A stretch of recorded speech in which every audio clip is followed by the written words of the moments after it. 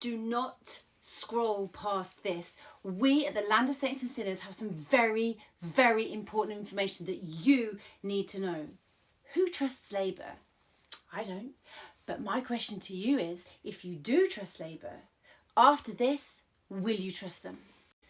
Do not forget that you've heard it here first. We have researched extensively today and we have found this information for you, and it is important that you do not delete this video and you share it and follow us so you can see what else is going on. It all started with looking at the BritCard that they are trying to make mandatory. So Rich, we looked at the BritCard and what did we find? Well, the BritCard they're trying to push by the summer 2025, that's this summer, and the three people involved in developing this paper, this research paper that they want to debate in Parliament and get it pushed through.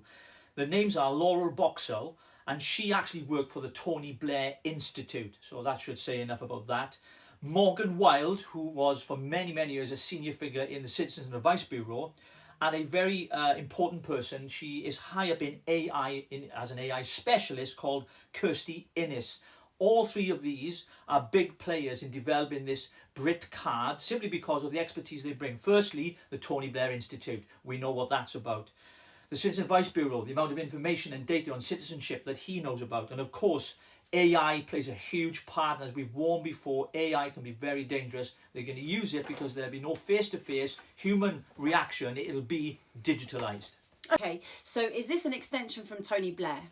It very much so. I think as soon as you see Tony Blair's involvement, we know that he is a big, big advocate of digital ID. He's been talking about it for a very long time, and it's also part of the push that the WEF have been talking about in terms of having digital ID rolled out across the world. So who is the driving force behind that? Labour Together.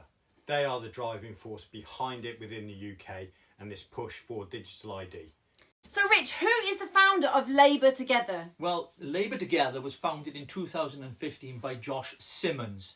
He is no longer overseeing it. Surprisingly, the failed Labour MP Jonathan Ashworth, who lost his seat at the last election, is now currently the CEO. And they, surprisingly enough, have been quite dubious. Even the Times newspaper said that they were dysfunctional and it was a complete waste of space having them, but they still exist. Okay, so look, Clark, what we're talking about is that these are going to become mandatory. Now, what's weird is that they're free. That's bizarre because the cost and the implementation of these projects are hugely, hugely expensive. If you think even to renew your driving licence, it's cost you £14 to cover the renewal. Your passport, very, very expensive. It's about £100 to renew your passport. So this digital ID with the technology, the biometrics behind it is phenomenally expensive. Clark, you said that it is phenomenally expensive. So Rich, who is actually funding this? Is it the taxpayers' money? No, it's not taxpayers' money, but it's those with big pockets and deep pockets who are influencing government, and they've got connections which are very dubious. But that aside also, Jojo, let's not forget that this company, or this, if you like, this think tank, Labour Together, were fined £14,000 for not declaring donations of up to £700,000. But the people behind it are powerful people, and we're going to tell you about them right now.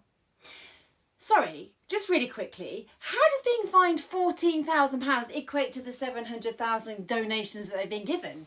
Well, when you've got people marking their own homework and those who are already entwined within the party looking for favour, does it come as any surprise that they get lenient sentences? Let's just talk about Jeremy Corbyn. So Jeremy Corbyn was the Labour leader, and then all of a sudden he was ousted, and then all of a sudden we have again Keir Starmer appearing. Now, what's the deal there then? Well, it was all part of the plan. Corbyn was on course to lose the general election, right? We all knew that, right? And so the Labour Party had to put someone up that they thought could really challenge the Conservative Party at the time. And Keir Starmer shone out for them because they were trying to pull the left of the party more centrist and more towards the right, to pull back voters that they'd lost because they'd gone too far left. And so these people conspired together. this Labour Together group think tank, policy thinkers as they call themselves, with big backers to get Keir Starmer elected so that they could control him. So this was pre-scripted, him becoming the leader and then ultimately the Prime Minister, backed by this Labour Together as well, who donated £166,000 to his campaign as well to become the leader and consequently the Prime Minister. Is there anybody else that backed to good old Keir up?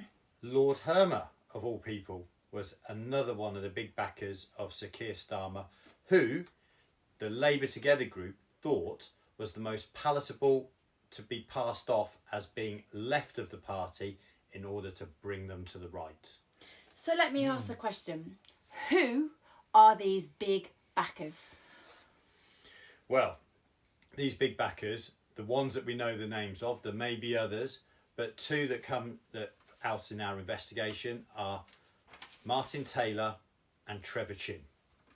And who are they? Rich? Well, Trevor Chin is runs a private equity firm called CVC Capital, and we're talking billions of pounds.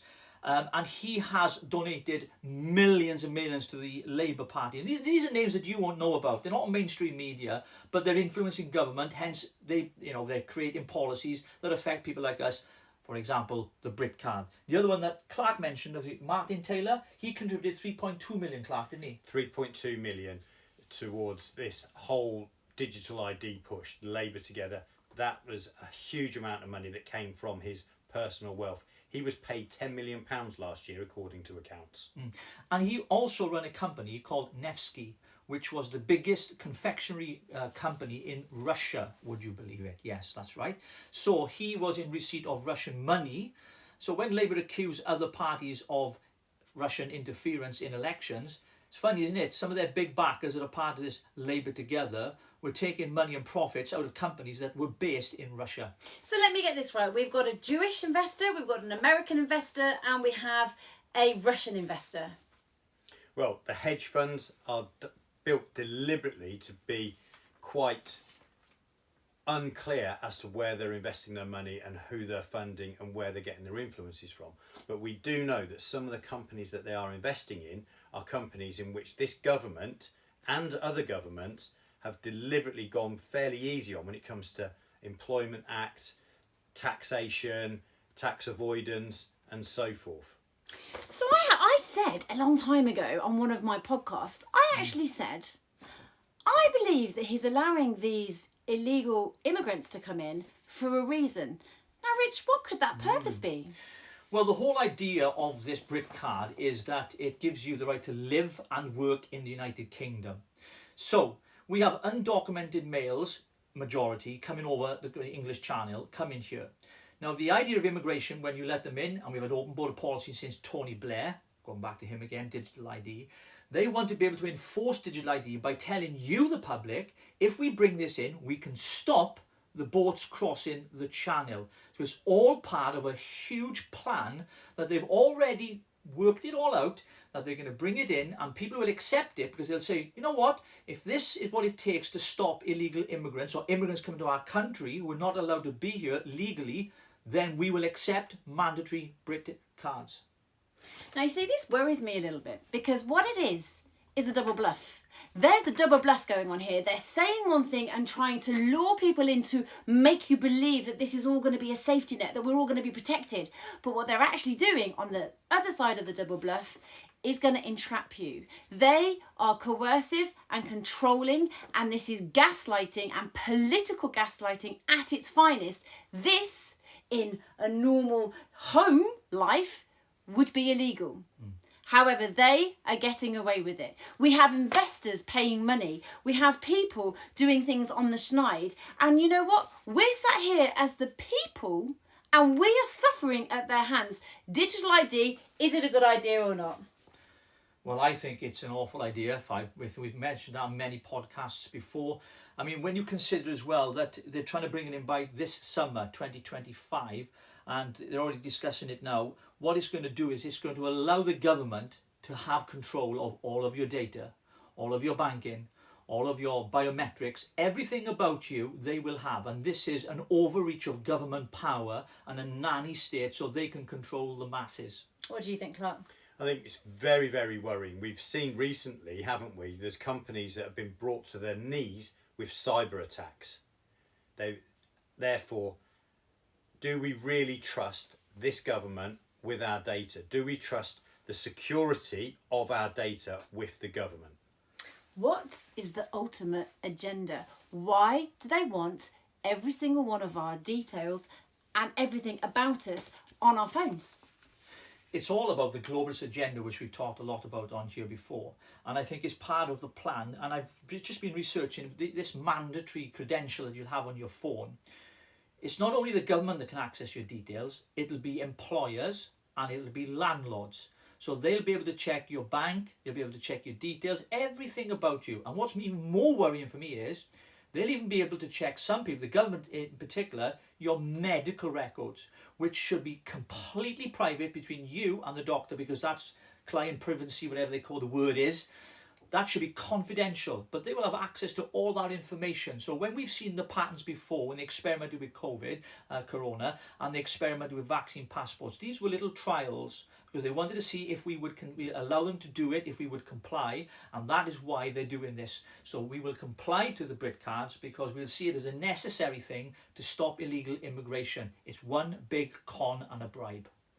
You also need to think about, why is there a push for these 15-minute cities? We've seen it being introduced in Oxford, where they're only allowing people within certain postcodes 100 visits, and other postcodes are allowed 25 visits by car. If you don't have an Oxford postcode, you're not allowed any visits by car. This is, again, part of that whole control that they want over you. Now, if you've got a digital ID, it's far easier to track you, trace you and restrict your movement. Does this remind you of the Hunger Games? Because quite frankly, when they push these films out, they are trying to show us what they're going to do to us. Does it not remind you of Hunger Games? It reminds me of something called the agenda. The agenda, very much so. This film, The Agenda, was enlightening. It was so informative. It really does paint the picture as to what the bigger agenda is on a global scale. Absorb it twice, 3 times, I don't care how many times, because it will show you and reveal the truth. And secondly, what can we do? What can we do to make a stand? Come back tomorrow and we'll reveal some more.